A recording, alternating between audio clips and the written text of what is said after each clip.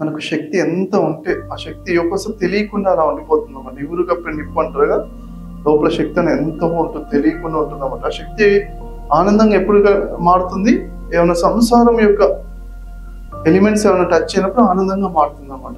For example నిన్న మేడంకి ఆ భూమి నుంచి వచ్చే, వర్షం పడుతున్న భూమి నుంచి వచ్చే వాసన, ఓకే, వాసన ద్వారా ఆ ఆనందం శక్తి పెరిగింది. ఆ వాసన వల్ల ఒకసారి ఆనందం వచ్చింది, ఇంతకన్నా ఆనందం ఉందా అసలు నా జీవితంలో అనిపిస్తుంది అట్లా. ఓకే, అలా శక్తి ఎంత పెరుగుతుంది మన జీవితంలో, అంత చిన్న చిన్న విషయాలకే ఆనందం ఎక్కువైపోతుంది. జస్ట్ ఇలా టచ్ చేసిన, లేకపోతే ఇలా వెళ్తుండే దీనికి లైట్ గా తాగిన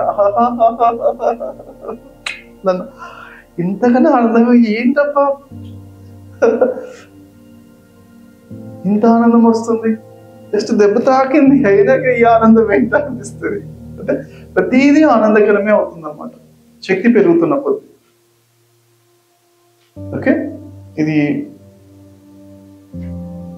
అందరు ఎక్స్పీరియన్స్ తో తెలుసుకోవాలి. నాకు కూడా 2014 తర్వాత ఈ ఎక్స్పీరియన్స్ తో తెలుసుకున్నాను. ఒక రోజు వెళ్తున్నాను, శక్తి బాగా పెరిగిపోయింది, యునైటెడ్ స్టేట్స్ రీచ్ అయిపోయాము, దాదాపు రీచ్ అయ్యాము. కానీ ఒక రోజు వెళ్తూ అక్కడ మధ్యలో ప్రతిసారి అంటారు, ఏ చెట్టునైనా మధ్యలో అలా టచ్ చేస్తుంది, చెట్లైనా పిల్లలైనా టచ్ చేస్తున్నానని చెప్పారు. చెట్లైనా పిల్లలైనా పెద్దవాళ్ళని టచ్ చేయండి, మన ఏజ్ లో ఉన్న పర్మిషన్ అడిగి టచ్ చేయాలని చెప్పారు. ఫార్ములా అది కదా.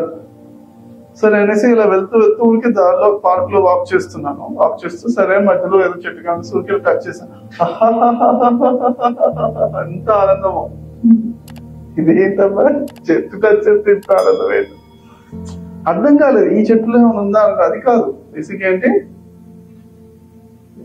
మన ఎనర్జీ లెవెల్స్ బాగా పెరిగిన తర్వాత ఏం చేసినా సంసార ఎలిమెంట్స్ ఏ టచ్ అయినా అది ఆనందాన్ని ఇస్తుంది.